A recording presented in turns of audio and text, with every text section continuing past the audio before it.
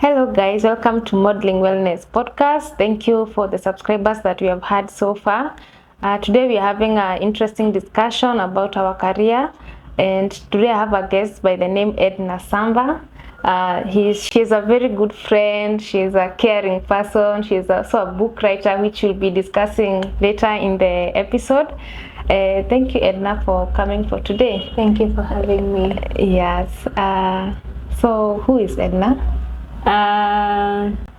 So Ednah is a young professional, I will say, nationality by nationality. I am Kenyan, born and raised in Mombasa. I'm a psychologist by training, and by the grace of God, I'm also an author. I'm also involved in some speaking engagements, focusing on training fresh graduates, navigating the marketplace or the workplace, young professionals, or discussions around just interview preparation and such conversations. So again, thank you for having me here. You're welcome. Thank you for coming. So we'll start with a basic question of just tell us your whole story, how you came about to writing a book. Okay. Yeah, being a motivational speaker. Yeah. Thank you. So I went to Maseno University, and that is where I met Harriet. Yeah. I was a few months ahead of her with campus. So while going through university, especially when I was almost done with my fourth year, I started asking myself, it was a season, I think, of reflection or introspection. We graduate so many people in Kenya. The statistics have it that around 40 to 60,000 students graduate annually. And you see, we have some universities holding dual graduations, maybe somewhere in May and then somewhere in December. And then we have, nowadays we have TVETs, we have polytechnics, we have, let me say, TTC, the teachers training colleges, and we have other tertiary institutions that are adding to the same pool of graduates. And so I'm thinking, where do all these graduates go? Yeah. And in most conversations among this age bracket or age group, we sort of feel there are no jobs in Kenya. Yeah. It's a struggle to get a job or to learn a place of income. So how is this even marrying? How is the statistics marrying the reality? And also, what is the government saying about this conversation? What is the Ministry of Education saying about this discussion? So in my just thinking and wondering, because I know in a few months by then I will be graduating, what will happen? What will be my story? What will my path look like? Will I struggle to get a job? Will I land a job safely? Will I now start struggling with the reality of you need to know someone for you to land a job, you need to be connected, you need to have networked. There's also some bit of what we call pressure. Yeah, sure. Who do you know? Where are they located? Where do they work? And such conversations. So curiosity, my story, and also a lot of research because of the government and Ministry of Education discussions and reports resulted to a book. But then when I was starting, I didn't realize it would be even a book. So I thought it would be either a journal I'll be doing, or if it really grows, it will be a blog. So probably I'll do monthly blogs around the topic, the discussion. Maybe also do some columns, because I see people who are column contributors in newspapers or magazines. So either do that, but it had not occurred that this would be something that would result to a book. So slowly by slowly, my writing started taking shape. I will find myself maybe in a week thinking about interviews, and so I used to have a laptop, so I will type in a day or 2 days in a week about interviews, do a bit of research, have conversations, and then the next week I'll be thinking about skills. Yeah, sure. Because not everyone actually is successful because they went to school. Some people are just gifted, let me say, music artists, or are gifted cooks. So maybe that week I'll be writing about skills and talents and everything. So it started taking shape. And then it morphed into chapters. So the shapes morphed into chapters. So that is why we have different chapters in the book. And then after some bit of research, I started entertaining the thought that this can be a pamphlet. You see how you work in supermarkets and people have products and they issue pamphlets for you to maybe visit a site, maybe it will be the blog, or reach out to them and have these discussions, such a thing.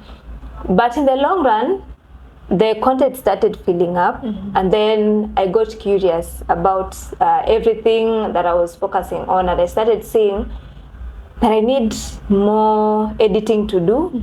I need more grammar to polish.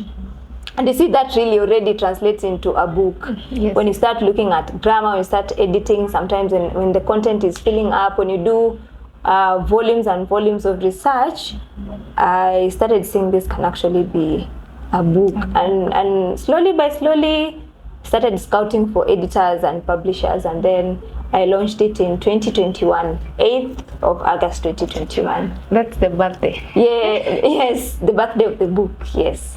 Okay. Yes. So you had a passion for writing. Yes, I will say curiosity and a lot of research. Yes, and also interest around hiring, recruitment, and everything, the trends in between. Before you get a job and once you land a job, what happens in between as far as performance and productivity. Okay. Yes, it's concerned. So in Kenya, what does education mean to us? Because I know when we were in primary school, there was a really key, like the parents could say, you must study, study so that you go to a good high school translated to a good university and a good career. Like good job, lots of money. Yes, lots of money. Yes. So what is education like in Kenya? So previously, that was the traditional way of thinking as far as education is concerned. You get a job, or no, you have to score highly. Above 350. Above 350, 390, 420 marks, 844, that is, 844. Yeah. And then after that, you stick either to B's, B+, and especially A's and A minors. You're given accolades and you're uploaded at home. And then, once you transition into campus, there are some courses that you feel top 5. Everyone is, scrambling for the slots and the opportunities just to apply and secure those courses in university. And then once you do that, you land a good paycheck. You drive your first car, maybe the first or second year of already being employed. You rise through the ranks of employment, and then you go through masters again. Just I think it keeps on until you become a professor for those who are able to do. But nowadays, what education means in Kenya is being empowered to reason and to bring practical solutions to, I don't want to call crisis, but real problems that are facing the country or even just the region where you are. Because you might find someone who is learned but is not able to provide real solutions to actual problems that are existing. They sort of stagnate even in their capacities. They stagnate in their capacity, they stagnate in their reasoning and growth, they stagnate in their general development, I will say. Because also sometimes I tend to think value attracts money. So you sometimes grow financially when you're able to bring value to a particular place. And that does not necessarily mean you have to be in class and get a master's and PhD. There's some refining and growth that comes with the formal education and acquiring of papers. But more to it, there's the mental growth. That is what I think the education system in Kenya is actually trying to empower us to do. So even as you look at the transition into CBC, it's no longer about ranking, even though we might have different categories and a system or a version of being categorized so that you're grouped either into what we call STEM or humanities or such like. But right now, education is actually focusing on making someone competent. So if you have interests, if you have passions, skills from a young age, I think the curriculum is shifting towards seeing when Edna is this young, what is she inclined towards? Is it sciences? Is it humanities? Is it languages? and so able to already start directing me towards those particular parts. I hope that is actually what the curriculum is trying to do, and I believe it might produce the results. So we are still in the process of piloting, I will say, but education in Kenya, we are shifting from the traditional way, and right now people are more open-minded. And I want to feel or say that our parents are also starting to be aware that you don't need to be a lawyer to be successful. You can actually be a DJ, you can be a footballer, you can be a chef, you can be, you know, someone who is good in beauty and everything cosmetic, and still make it in life, employ people, live your life fully and purpose, and if possible, of course, gain some financial freedom. Yes. So that is, I think, the shift that is happening in the education sector. I think also the parents have started realizing that these are the jobs that involve offering service to someone, that they are still paying and actually doing much better than these traditional, you know, the top 5, the big 5, the common 5. Yes. It's because already true. There are people there who are there, and they're not retiring anytime soon unless you make them. Yes. So there is thing for being able to choose a career that you are passionate about. If whether you're going to college, you're going to university, whatever you're going to study in, what enables someone to, at that young age, to choose that career that they are passionate about? You know, a few of us are actually lucky enough to realize that you want to study, let me say food and catering, and you go for it from the onset. Like even in high school, you already know, and you start picking subjects like home science, agriculture, and you craft your path through. Majority of us choose because we have achieved these points. Oh yes, sure. Choose because from our backgrounds we have a lot of accountants, so that can also act as a guide. Either I don't want to be an accountant because there are so many, or I want to be an accountant because there are so many. That can be the other thing. Also, the government, sadly, fortunately or unfortunately, people are placed in courses where they had not selected, in campuses or colleges where they had not even chosen, and they stumble maybe for the first few months in the courses, and they get to, for lack of a better word, fall in love in the courses, and then decide, actually I can even do this and be successful. But to be intentional enough, I think it starts even with there's nature and nurture. You know, naturally I could be born a singer, but then because of the environment around, I'm not exposed to musical school, I'm not exposed to artists at a young age. I don't go to concerts, I don't go to places where people play instruments. So in the process, I don't realize that I'm a gifted singer, and so I find a different path. But if our surroundings are intentional enough and tune in to see who is this person even from a young age, what are they interested in, what are some of the things they are normally inclined or gravitating towards. You can find even maybe in primary school, someone is always found in drama festivals, or always found in art and something, either painting or things like those, even besides just the normal maths, English, Swahili, and see either teachers or parents or guardians are able to cultivate those skills. And you see, so one, it's, I would say, nurture. What our environment is able to cultivate and allow us to grow. Number two, when you grow older, you have the awareness that I'm good in this. So how do you also perfect or grow that skill? Sometimes it will need resources, so that means setting aside time or setting aside some money, or even just attending short courses. Nowadays, there are so many online free courses at our disposal. And so when you really realize you're good in music, you can go online and see how different instruments probably function, different skills in terms of music, how to perfect and all that. If you're able, you can enroll into either music school. So now, maybe to repeat, it's nurture, and then our environment, that is, and then now yourself. Once you start knowing, how do you now invest back in yourself, that is setting aside either time, some money. And then the other thing is get certified if you can. Get certified if you can. If you're a cook and you want to open up a hotel, do some courses that you can get certified, a restaurant that you can open that is established.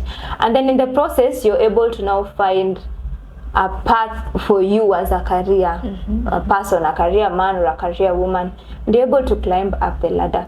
So a few of us are lucky enough to know what we want from an early age, especially if your parents are intentional about that, because it does not be the case for many Kenyans that your parents are so aware and take you through all that I have mentioned. But I would say that you're able to connect with your I don't know if I should call it purpose, but you're able to identify your career line or your pipeline right from a young age when those three come into play. Nurture, and then investing in yourself, and also if you can get certified. Yeah, sure. That was a very good point that you gave. What is the role of mentorship in all this? Yes. In realizing where you are. Mentorship is an investment, I will say, that if you're lucky enough to get, I will say even from a young age, go for it. Parents or guardians can act as mentors, but or sometimes it may not be the case. It may not be the case.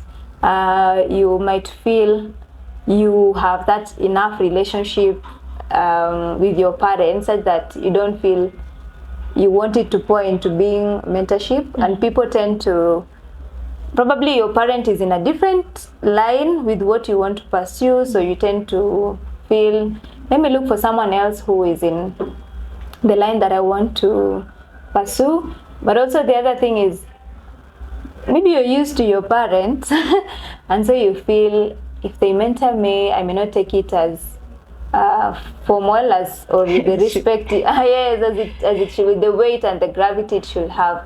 But the role of mentorship in everything with career growth is to one is to help you unlearn some of the things that you've thought are default, and learn things like, I don't have to be in a traditional path. For example, lawyer, long for me to succeed. Yes. Mentorship helps you to unlearn such realities, learn new things, and maybe relearn some of the things. And then number two, mentorship exposes you to opportunities. Maybe by referral, you're able to enroll to a particular course or join a particular webinar. Go and job shadow. There's a concept called job shadowing. I'm not sure if you've heard. Have you heard? No, job shadowing. If you want to be, for example, a pilot, a mentor can allow you from the early days of your studying to go, let me say, for example, at Wilson Airport. You spend with them 2 or 3 days in a week. You get to see the reality of the industry. Such that now when you go back to school or when you go back to your exams, the reflection period allows you to confirm whether you still want to pursue anything to do with aviation or choose a different path. So mentorship plays a very vital role because it also allows the mentor to look back and see if they're on the right track. Because you cannot be pouring, you cannot be pouring from a place where you're not confident enough. And so also the mentor acts as a mirror to see whether they're going in the right track. So one, it allows you to get access to opportunities, help you learn or unlearn or relearn the realities of the industry you want to pursue. And also it acts as a reflection point for the mentors to see if they're on the right track. And I will encourage every young person, a young professional or a fresh graduate, to start seeing who they can be mentored by, and have it as an intentional. We might tend to say, because I am in, let me say, athletics, Omanyala is my mentor. You don't meet.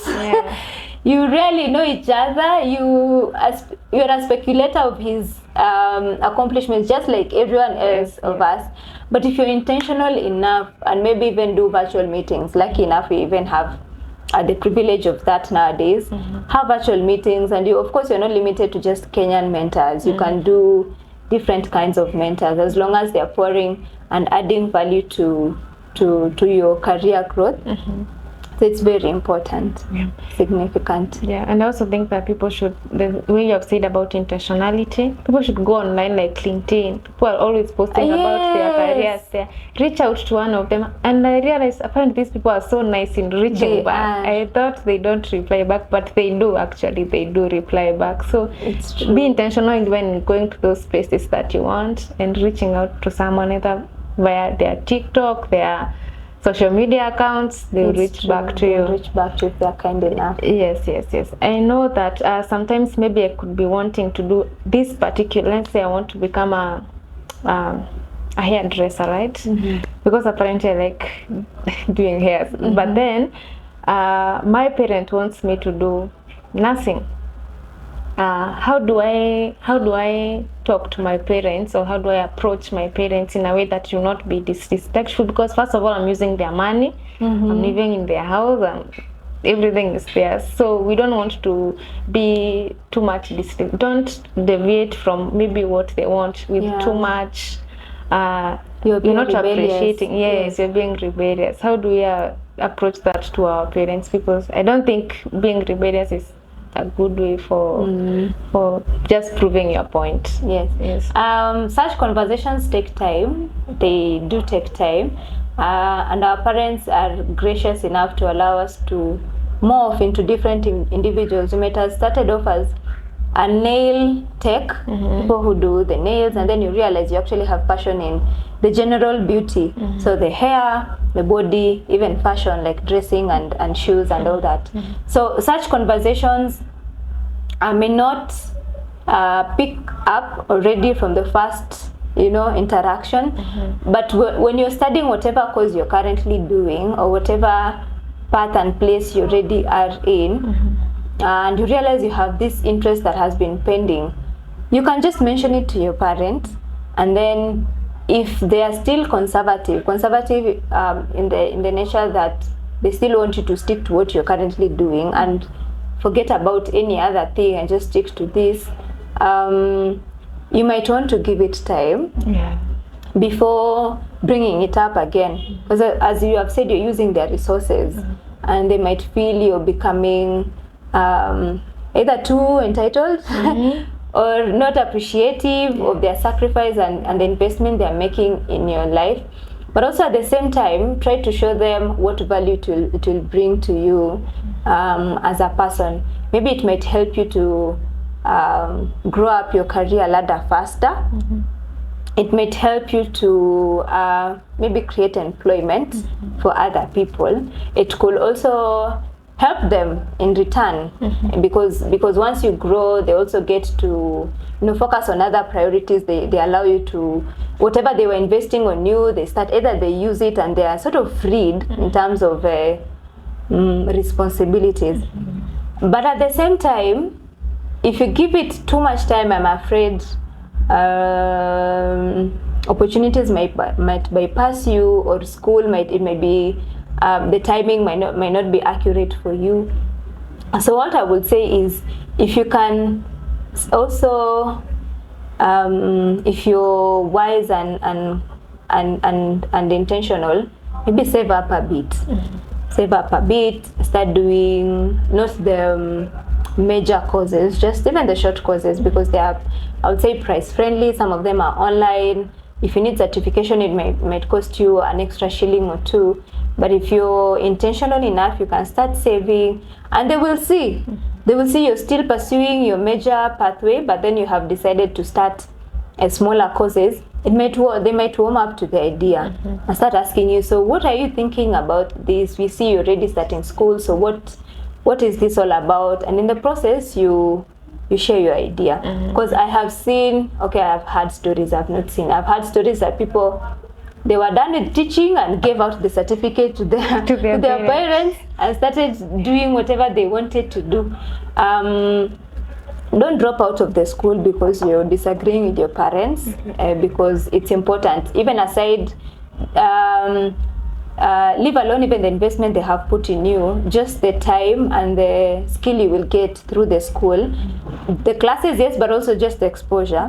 It's very important. And then you can proceed on now to do that. But these conversations take time. If you're able to speak, it's the same way, just to divert, it's the same way our Gen Z, you know, during the finance bill, we were able to pass around to communicate our voice in such a way that our leaders realized that we have woken up. You know, we are awake and we are seeing.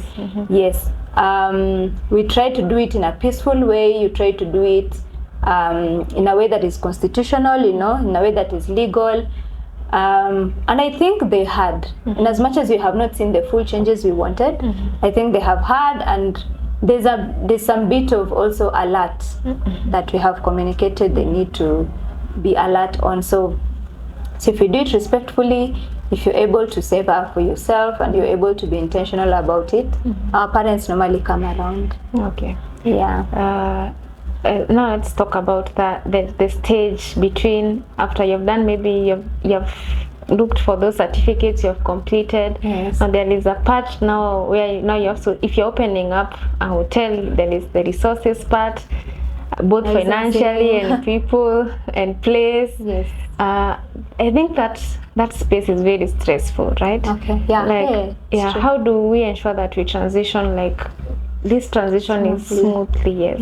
Even though not smooth, it is not that smooth, but you can be able to handle the pressure that comes with it. Let me tell you, looking for a job or starting out as a young professional, most of the time it's stressful. Yeah. Most of the time it's stressful. Have you heard of the concept of interview fatigue? You go for interviews until you don't want to go to anymore. You don't want to, or application or applying, like job seeking fatigue. You send in CVs, you look for maybe the job sites, you try and you know, prepare for interviews, and you get tired. But that period is normally very taxing, I would say, especially mentally, because you really want to land a place, and not just a place that gives you something where you can go from maybe say 8 to 5 p.m. but a place also that allows you to grow as a person, that adds value to yourself as you give out your skills. That period, and sadly sometimes it takes more than years for some people. You know, we are talking about people who have just graduated, but also I think it's the same measure of people who have either quit from another job or lost a job, and now they're going back to job search. It's still the same kind of demand on a person mentally. What happens in this time? Be very graceful. Be gracious to yourself. Be gracious to yourself. Everyone has a different path. I think after we graduate, the other tendency is to see, I graduated with Harriet. She already has a job. Start comparing. You know, you start comparing and contrasting, and that already weighs you down. You already have a lot of things to think about and figure out, and that additional thought already wears you out. So one, be gracious to yourself. If you're looking for a job, allow yourself to, you know, if possible in a week, just attend one interview if you can.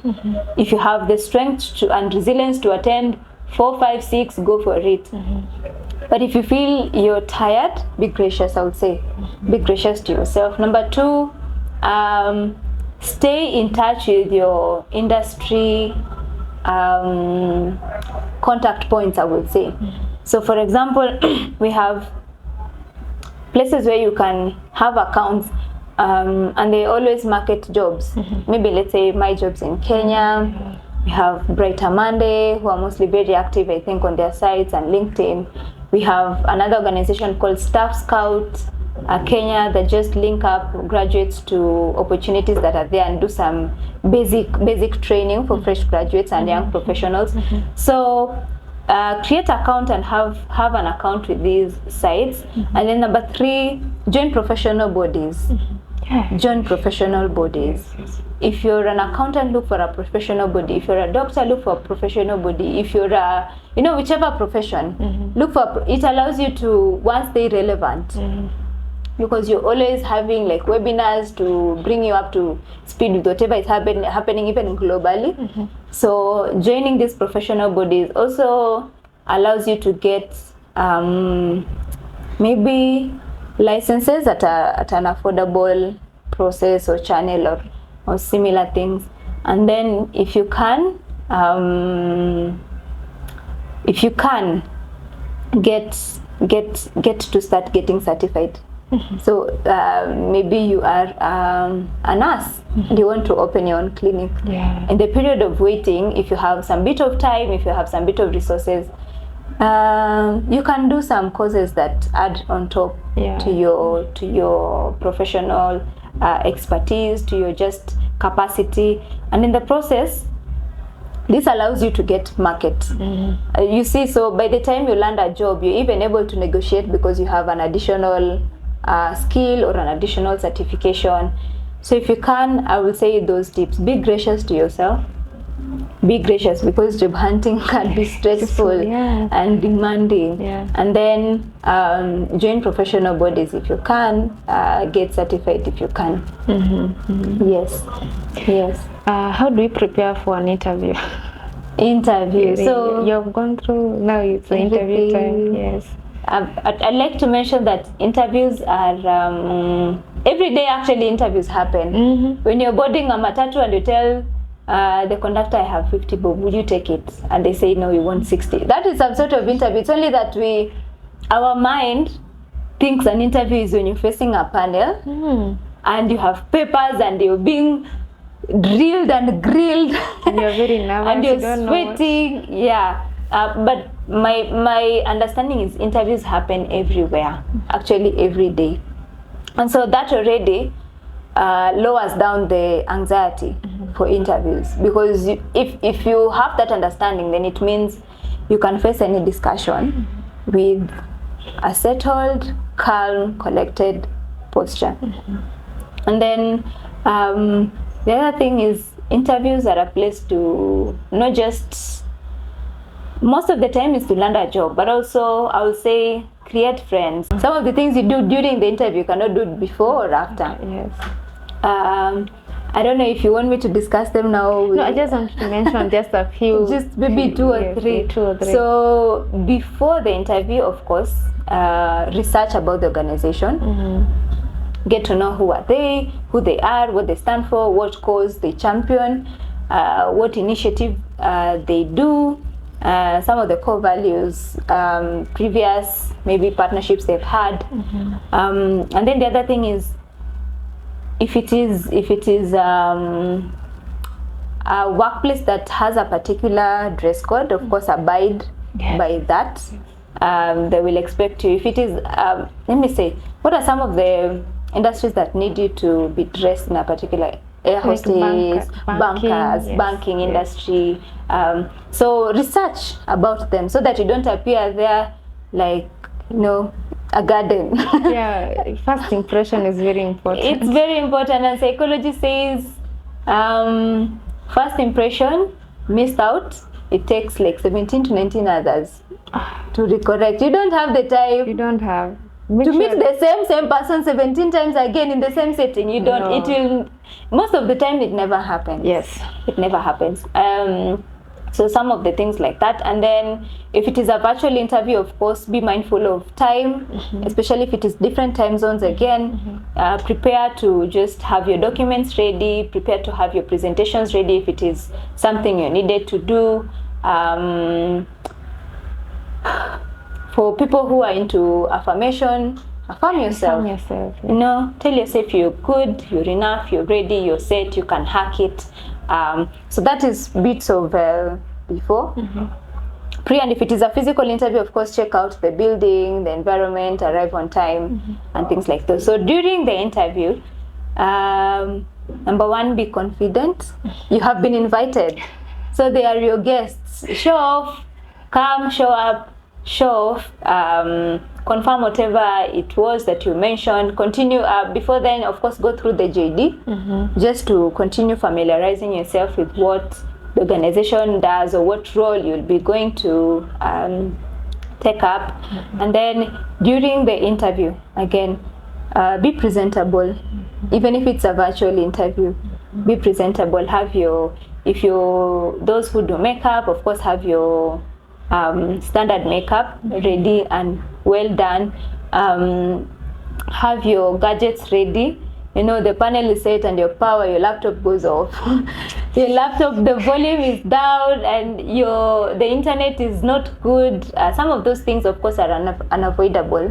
But where you can, do your best, because you also probably don't know how many you're competing against. So you have only, let me say, 10 to 20 minutes to place yourself as a top candidate. And then the last thing is, what is it? Have your understanding ready. For example, for questions that may not have been prepared, how do you navigate questions that were not said? Probably they were not even alongside the JD. It could be something about current affairs, or it could be something about salary negotiation. You know, sometimes you come into the very first stages and you're so sure, and the salary conversation might come in maybe at the second interview or the third. But just be ready, have the attitude of you can ace any question, and that comes in handy. So post interview, of course, if you can, send in a thank you note for the invitation to the interview.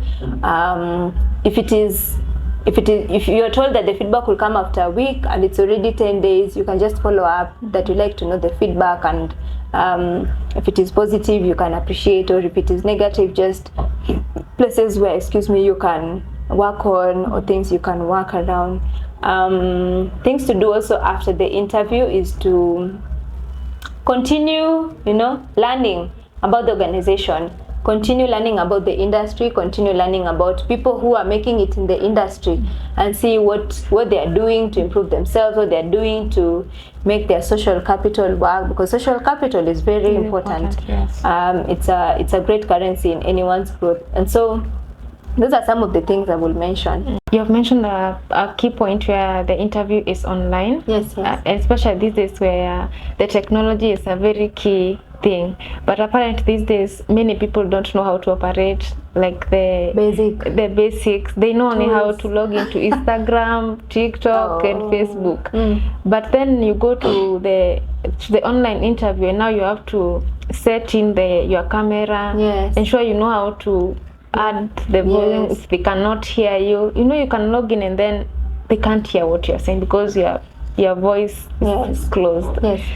I think do people need to familiarize themselves with these key aspects before you go to the interview? Is it that we are becoming ignorant to some things, or what is happening?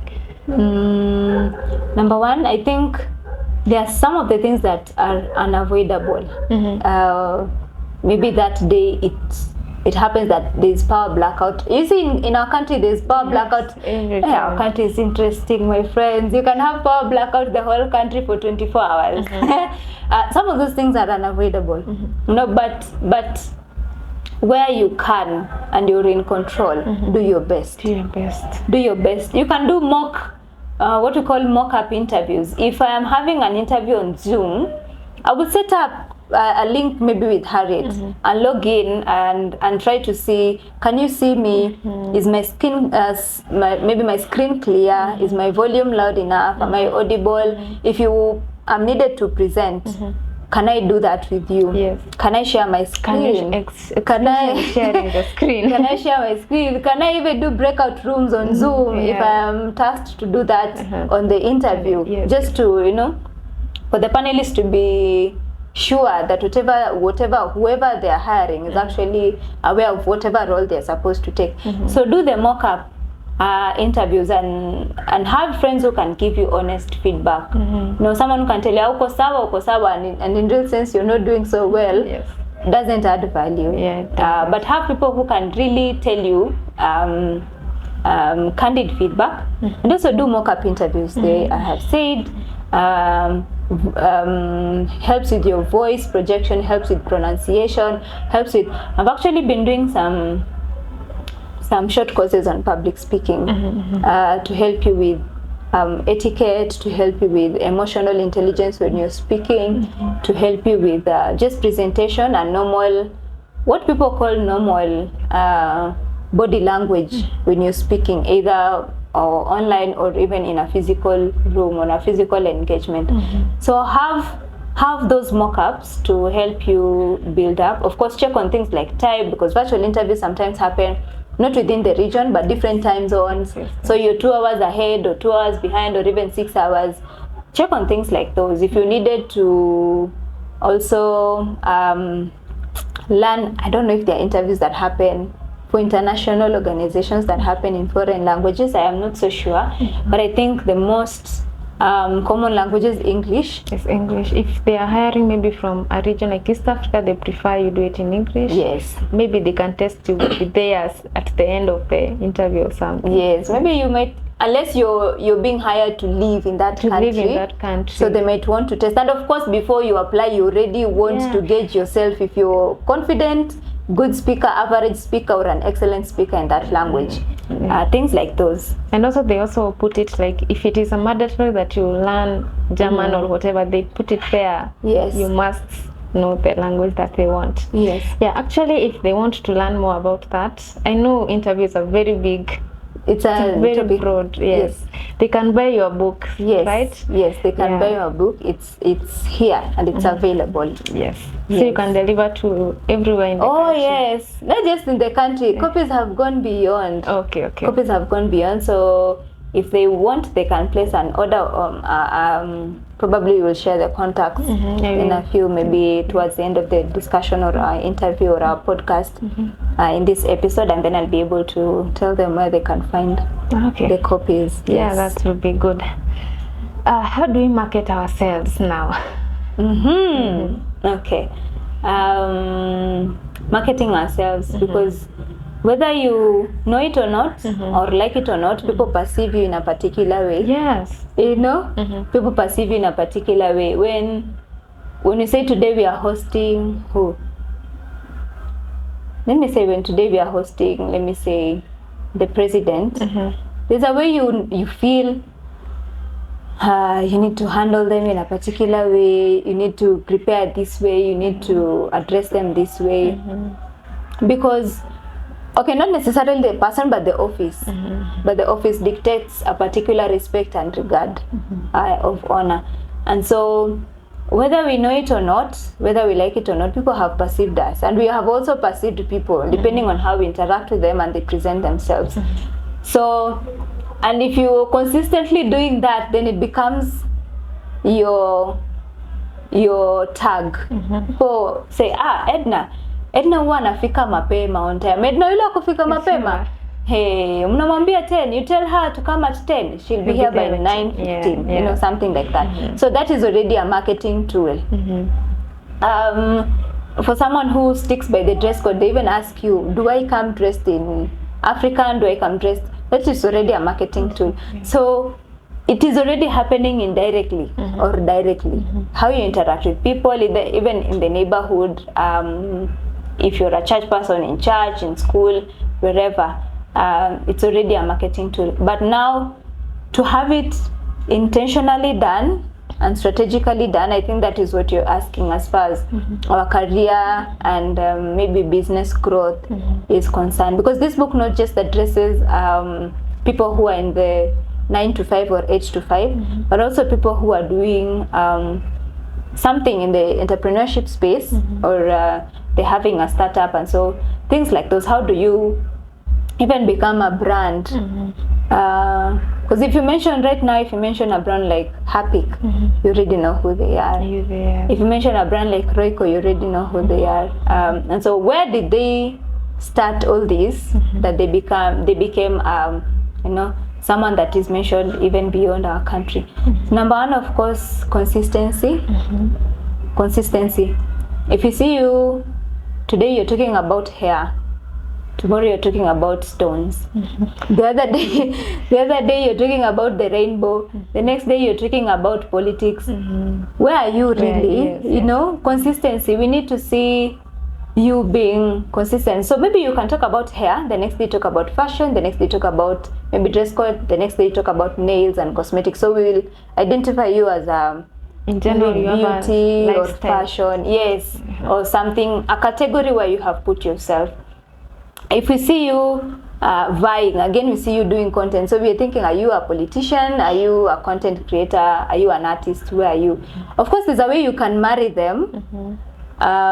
But really, some of them are so far in the extreme that we're not so sure if we want you to speak on a particular topic. Do we call you, or do we sadly find someone else, fortunately or unfortunately? So number one, consistency. I would say consistency. And then number two, of course, your online presence.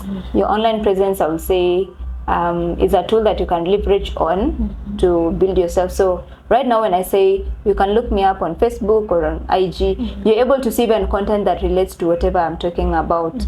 Now, you don't go there and find things about construction or things about something else that is not entirely marrying. May not be the same, but at least it's marrying to what, or gravitating towards we are having this discussion. So I'll say number one, consistency. Wherever you appear, of course, you mention it. We see you actually behaving in such a way. We see you actually, you know, sharing and saying about it. And then number two, online presence. Nowadays, people, I'm not sure if people are so much on Facebook, but IG, I know. People have podcasts. So on YouTube, how do you, if you have a YouTube channel or a podcast, how do you, you know, work on that? If you're on LinkedIn, how do you also appear? You know, and even your emails, you know, some of the times people are deceived because of the email. Because you say, yeah, like your email is too fancy. It's not something even official. So I'm wondering, if I bring you on board, does it reflect, are you, you know, are you formal or are you professional enough even on such tags like emails? How do you appear on LinkedIn? How do you appear on your different IG pages? Because I know you might want to feel our social media pages are more of entertainment, so we should tone down. It's more social, and but sometimes it can also work to your advantage or disadvantage. How do you respond to issues online? Especially right now, maybe just to bring in this conversation, we have current affairs. We are in a place where it's heated in our country. How do you respond online? What are you sharing? What are you doing? Because if I employ you and in our organization we have conflicts, do I expect you to behave in the same way? How will you, you know, even resolve the conflicts that will be happening day in, day out? So I'll say one, consistency. Number two, your online presence. Your online presence needs to, you know, back you up. Supposing that day of the interview, we allow you to come, but we allow you to stay outside, and we ask you to give us all your social media handles. Will we still recruit you? Yeah, actually these days they're asking people to give their LinkedIn. Their LinkedIn, yes. We want to see if you're actually active, if you're engaging, if you're someone we can rely on as far as marketing and productivity is concerned. So I'll say those two. Market yourself. And also go for networking events. Go for networking events. It's not just places where it's not just places where you can learn, but also you can meet people who can help you even do things like, you know, have things like job shadowing, create also a pool of people who can mentor you in your career space, or just relevant friends in your life. Yes. You've talked about the email part, and I remembered when we were almost graduating, there was a lecturer called Dr. Teye, and he told us he doesn't want to see us with an email written sweet16 at gmail.com. No, what is that really? And it's the one you're uploading there at your CV, and like, no, have a decent formal. Okay, you can, I don't know, you can have the fancy ones for social and very informal and casual interactions, but for your professional growth and presentation, yes, just be formal and officially.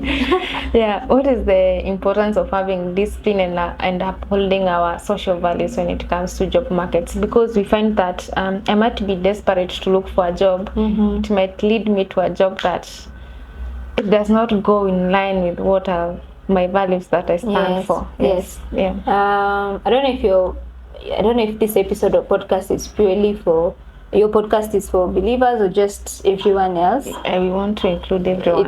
Everyone consumes your content. Okay. So one, I'll speak on my values. One, I'm guided by the Christian values. So godliness, integrity, trustworthiness, and things like those allow you to be very solid in different seasons of your career life or just life generally.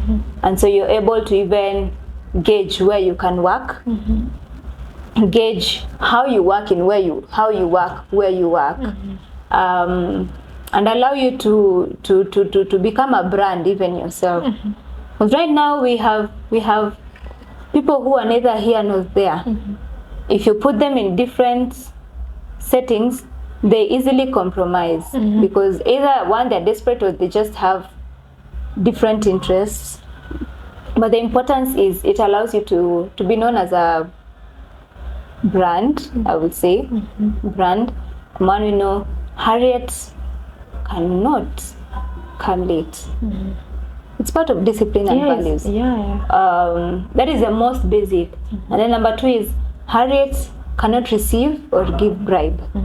In our country, most people are actually faced with the challenge of either giving bribe or receiving bribe or something, just somewhere where if they find an opportunity, they will not think twice about compromising. And in the process, the systems are watered down. We don't get to have the results that we have, the thriving country that we can actually have because of things like those. And so the importance of discipline, one, it also continues to build you as a person. Discipline is something you decide for yourself. You know, in school you will be punished, at home you will be caned or something like that. But now as an adult, it's upon you to instill and decide, I will stick by this. So it allows you to grow as a person, I will say, and also you become a brand, and then you're also able to impact other people, and you're reliable. Because if you're employed or if you're in a business and your boss says, no, I can actually go for a month and she will handle it. What does that say? It speaks a lot about you as a person, your work ethic, your professionalism, your values, your discipline. So I'll say those three. Yes. Yeah, because I realized that it's very important that you stick to what your values are at a younger age. Because don't tell me you'll change when you get to 40. If you want to start standing for something, start doing it right now. Then it will stick with you for the rest of your life. Habit. Yes. There is the issue of what if I get to that job and career and I realize I don't like it anymore? Am I allowed to change and go to something else? And what is that process looks like?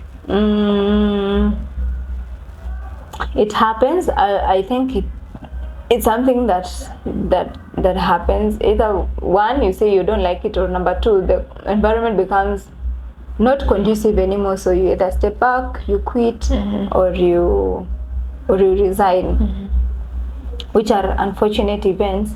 But I think you're allowed. You're allowed to change. You're allowed to transition. Because the Harriet that was here 5 years ago, the Harriet that be here 15 years ago, interests will have changed maybe, or if not changed, they will have morphed into something. So for example, if you are the one braiding and doing the nails, after some time, because of the skills and the clientele and the exposure you'll have had, you may want now to start open businesses that deal with that. So you're no longer the one person the person who is hands-on, you're now more into either business and consultancy, in line with fashion and everything cosmetic. So you're allowed to change, you're allowed to move. I don't know if you can reach at a place where you are a teacher and then now you find something completely unrelated. You know, we are complex and dynamic as human beings, so it might happen, but then you're allowed to change. And if you're a student, sometimes it happens, you're in year one, sem one, and you feel like, what I actually applied for is not in line with, I am not feeling this. I'm not feeling this. You're allowed, of course, there are people who defer just to go and introspect and think about it. Sometimes people defer, it's not just fees, but it's just to see, and in the process they take some courses to see if really they want, or they go into some form of a version of attachment to see if they can change or not, and in the process find the place where they want to connect. So it's allowed. Okay. Actually, I heard that at 20s, try as many, because I think in the Kenyan education we learn, like, I can do GIS, yes, but I have GIS in transport, GIS in what, so many things. So it's important, if you feel like, I feel like in survey I'm not doing well, let me skip, go to this one. Take as many chances as you can. True. So that you, from at the end of it all, you'll be able to know. If you compare them, you'll know that this one was more better than this one. I felt more comfortable in this environment than in this environment. So it's a whole process, and I feel like some people feel like they don't want to get judged, or feel like you're not doing anything substantial with your life. Or you also feel you're starting from scratch, which is not something. It's like you're growing backwards in that season. But then, you know, let me just use this example or a metaphor. Before an arrow is released to land at the farthest point, first it is pulled back. That is just a metaphor, just to mean if you want to change, don't wait so long. Change now. Change now so that you can have the benefit of time. Sure. Passion. Yes. Do passions change when it comes to career? I'd want to imagine it's the same discussion we're having about change. If you feel like whatever job you started, whatever course you started, you feel you have a different interest, I think it's the same. It can morph. What I'd like to think is the ambition. When I say she's ambitious or he is ambitious, it is the zeal and the momentum in that field. So you're interested in what? Let me say in accountancy. So the passion is driven because you enjoy numbers, you enjoy that. I don't think that can change. What can change is maybe the environment. The environment. So you can change from working as an accountant, let me say from in a bank, to maybe an accountant somewhere where in hospital, if your interests now start changing, things like that. I'm not sure if passion can completely change, because passion is one of the things that are there with you for some time. I think the environment is what determines whether you stay there for long or change or grow up or something like that. Okay. Sometimes we get, I think we had mentioned about the challenges, but we get frustrated even after doing something like for 5 years. Do we feel like we are judging ourselves on how are we supposed to give grace to ourselves in that frustration? Because I believe that there are some people who finished school, got a job, and they loved it at first, but in the process, like after like 4 years, they get frustrated out of just one event in that career. How are we supposed to tackle that? Every place has its own hiccups. Every place, whether it's teaching or every place has its own hiccup, and so if you're not resilient enough and your what is it, your strength and capacity to handle conflict is not built, you might end up job hopping. And if you have invested time for 3-4 years in a particular place, I think you have tried your best to grow. One event should not make you sacrifice the investment. Well, there are extreme incidences that can force you to maybe exit an organization, but one, I know every place has its own challenges. Top management has its own challenges. Subordinate roles has its own challenges.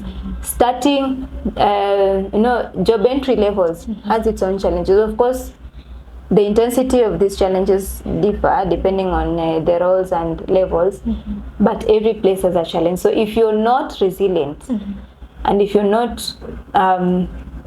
your strength and capacity to handle conflict is not well built, you will suffer, because growth itself is very uncomfortable. Yeah, sure. As an individual, not as a person, growth is uncomfortable, and it's hard sometimes. Hard, not even sometimes, most of the time. Growing is hard, growth is hard. You have to go through changes, you have to understand yourself anew, you have to understand yourself afresh, and so that might lead to job hopping if one thing makes you fire up and you leave. I know job hopping is not impressive. No. After 1 year you're in this place, after 2 years again you move, after a few months you're here. It's not impressive even to recruiters. They just see your CV and how you know your job experience, and it puts them off. But I would say, if you're frustrated, if you have ways where you can address the frustrations within the organization, of course use and maximize on these channels. Meetings, HR discussions, maybe you have even job appraisals or performance reviews every, yearly or few times in a year. Use those to address the issues. If it is extreme, you can ask for, there are people who apply for, I think, unpaid leave for either 1 or 2 months or 3 months, just to go and breathe and then come back again and engage. But before you're given, and I've not applied for an unpaid leave, so I don't know what the discussion looks like. But during then, you can also take time to cool off, see if you want to job search again, or take a step back, just stay at home or something like that. But if you have avenues you can address within your organization, use them. By all means, use them. Don't burn bridges when you're exiting workplaces. Don't burn bridges when you're exiting workplaces, because you never know. Life is a mystery. And the fact that you are growing, and still the organization is still growing, you might find it will be better in 10 years. Yes, and you need it back. Okay, there is something I think I forgot to ask about. How do we, most of us are afraid of negotiating for a salary. How do we, like for the young beginners? Yes. How do you tell your HR, you know what, I think this is what I need. Yes. If you can offer me this, to be best. How do you do that? So one, have an idea of a range. I don't know if the particular job you're applying for has advertised online that the salary range is from 5 bob to 10 bob. I don't know. But then there's that. You really know. But in some cases, when you're having to mention it, then most likely it was not captured or shared before. Or it could have been shared, but you feel, you know what, they have mentioned 20K, I need 80,000. I feel like the job I'm doing. It needs, and it matches the worth. So one, online, of course, just search online what that level of employment gets to be paid for. If it is a new organization, have they advertised their salary online? Number two, if you have friends, of course, who are in those levels, in different organizations, ask them, how do I go about this discussion? What do you think is the range? I don't know if they want to disclose how much they earn, but they can tell you the range. Yeah, the range is good. Or they can tell you the terms, not just, because terms of employment, it's not just the money. It includes leave days, it includes many other things, you know, that comes with that. So if you have friends, ask around. And then number 3, if they have highlighted the job description and you have 2 or 3 more accreditations, go for it. Aim high. aim high, but just don't come off as someone who is not aware of what the terms look like, because it might lessen your scores that you have probably scooped in the previous questions, and then the salary discussion becomes an interesting question. But those two, online, ask different friends in the same level you're applying for in other organizations how they do it. They do it. And then number 3, go for it if you want to, because I know organizations that would revise upwards because of what you're bringing to the table. Yes. So don't be afraid. Actually, I know people who went, because of they liked the job, they had qualification, but still they were offering something extra, so they had to go up a little bit. And for those companies that revise upwards because the candidate is good, you're doing a good job. Instead of kicking them out, because some of them, they tell someone, you are too much for our description. Yes, you're asking for too much money, you're appearing like you're just here for money and things like that. But if you know a candidate is worth it, and they're doing their job, and even in places of work, if you're seeing someone is doing a good job, motivate them. Just encourage them and motivate them. Yes. Okay, Edna, that was a good session. Now take us through maybe a book. What are they expecting to find in this book? Okay. Yes, it looks nice. Thank you so much. So The Graduate is available for anyone who is looking to grow themselves in their career, in their business, and also entrepreneurship space. And it comes also with some financial tips, actually, this copy. And so what is covered here, from the time someone is clearing school, most of the time it's college, and you're leaving college, either you're 2 years to graduation. So how do you get to identify and relate with the trends that happen? You can find the tips not just for one profession, but generally across for all young professionals here. So what you find is just number 1, of course, preparing for interviews and how to package your papers, how to also appear online as a job seeker or as a young professional. There's also a section on how to approach a potential employer, because some people have gotten jobs not because they were advertised, but because they just approached someone and said, I have this value and I see that your workplace is missing, for example, this IT function or this IT department in this way, and it could actually improve your marketing and your sales, etc.